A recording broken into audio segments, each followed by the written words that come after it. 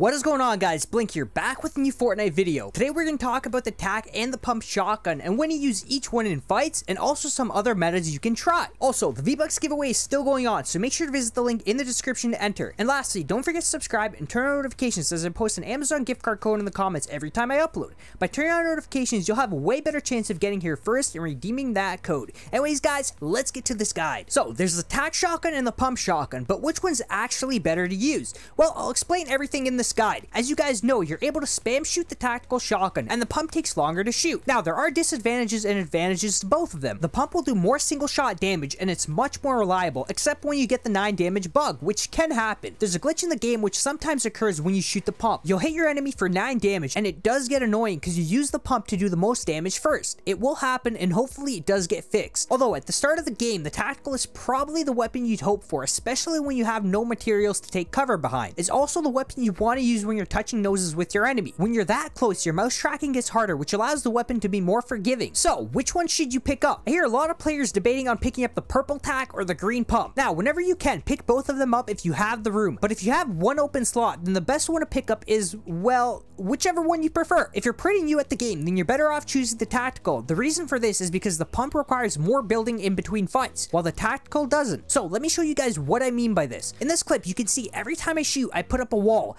I do this to avoid taking any damage, and it gives me time to reset the pump delay, because as you guys know, you can't keep shooting the pump like you can with the tactical. You must wait for the delay to reset. That's why you have to build in between shots, especially if that's the only close range weapon you have. While with the tactical, you can keep shooting it as much as you want without really any delay. Now, when you have the pump and the tactical, the most reliable way to shoot them is to pull out the pump first for the high starting damage, and then the tactical for the finisher. You do this because you aren't instantly close to your enemy. You're usually in range for a more comfortable pump shot. If you connect the shot, you can pull out the tactical and play aggressive towards your enemy and not have to worry about the tactical delay. Now, let's talk about a few ways you can use the pump without sacrificing extra slots. So, the most common way of doing this is using your primary weapon side by side with the pump, which would be your AR.